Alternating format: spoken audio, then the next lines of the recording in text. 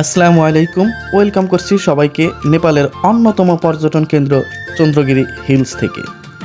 আমি এখন অবস্থান করছি চন্দ্রগিরি হিলসের থানকোট বেস স্টপে। সাধারণত এখান থেকে কেবল কারের মাধ্যমে চন্দ্রগিরি হিলসের চূড়ায় পৌঁছাতে হয়। এটা হচ্ছে টিকিট কাউন্টার। এখানে কিন্তু টিকিটের প্রাইস দেওয়া আছে। নেপালিয়ানদের জন্য এক রেট, চাইনিজদের জন্য আলাদা এবং আদার্স ফরেনিয়ার যারা আছে তাদের জন্য আলাদা রেট।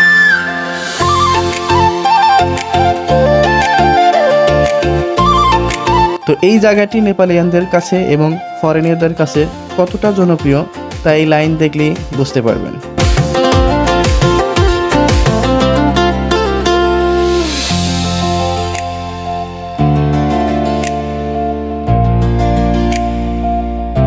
আমি একটু উপরে গিয়ে আপনাদের দেখানোর চেষ্টা করব। এটা হচ্ছে এন্ট্রি রুম, অর্থাৎ এখানেই প্রবেশ করতে হয়।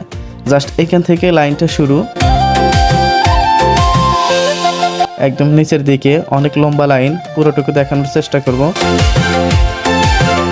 সবাই কিন্তু সারিবদ্ধভাবে দাঁড়িয়ে আছে টিকিট নেওয়া শেষে। অনেক লম্বা লাইন।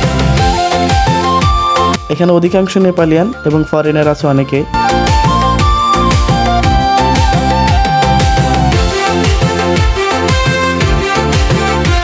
এই যেখানে অনেকে ওয়েটিংয়ে আছে, লাইনে দাঁড়ানোর পাশাপাশি কিন্তু তারা অপেক্ষা করছে। এখানে সবসময় জনস্রোত লেগে থাকে, বিশেষ করে ছুটির দিন হলে পর্যটকদের ভিড় একটু বেশি হয়। অনেক লম্বা লাইন।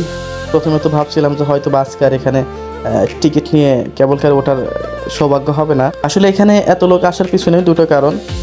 কেবল কারে ওঠার যে বাড়তি একটা অনুভূতি এবং কেবল কার থেকে পুরো পাহাড় এবং নেপালের শহর দেখার যে ভিউটা, এটা আসলে চোখের প্রশান্তিদায়ক এবং অসাধারণ একটা ভিউ। পাশাপাশি আপনার এই চন্দ্রগিরি হিলসের চূড়ায় অবস্থিত হচ্ছে বালেশ্বর মহাদেব মন্দির, যেটা সনাতন ধর্ম অবলম্বীদের জন্য পবিত্র উপাসনালয় এবং এখানে অনেকেই আশীর্বাদের জন্য যায়। এই কারণে এখানে অনেক লোক অনেকে ঘুরতে যায় এবং অনেকে মন্দিরে তাদের ধর্মীয় কার্য পালন করার জন্য যায়। তো এইখানে এসে হচ্ছে লাইনটা শেষ হলো। কিন্তু অবাক করা বিষয় হলো, বাহিরে যতটা লম্বা না লাইন, তার থেকে বেশি লম্বা লাইন ছিল হচ্ছে ভিতরে। আমি যখন ভিতরে প্রবেশ করলাম, মনের মধ্যে একটা প্রশান্তি কাজ করছিল যে এই বুঝি কেবল কারে ওঠার সময় এলো। কিন্তু যতটা পিছন থেকে সামনে গেছি তার থেকে বেশি লোক ছিল ভিতরে। 2 ঘন্টা দাঁড়িয়ে থেকে ভিতরে প্রবেশ করেছি, ভিতরে আরও 40 মিনিট। 2 ঘন্টা 40 মিনিট দাঁড়িয়ে থাকার পর সে কাঙ্ক্ষিত সময় এলো কেবল কারে ওঠার। খুবই ইন্টারেস্টিং একটা জার্নি ছিল। আপনারা সকলে আসবেন, সকলকে আমন্ত্রণ জানিয়ে আজকের মতো বিদায় নিচ্ছি। আল্লাহ হাফেজ।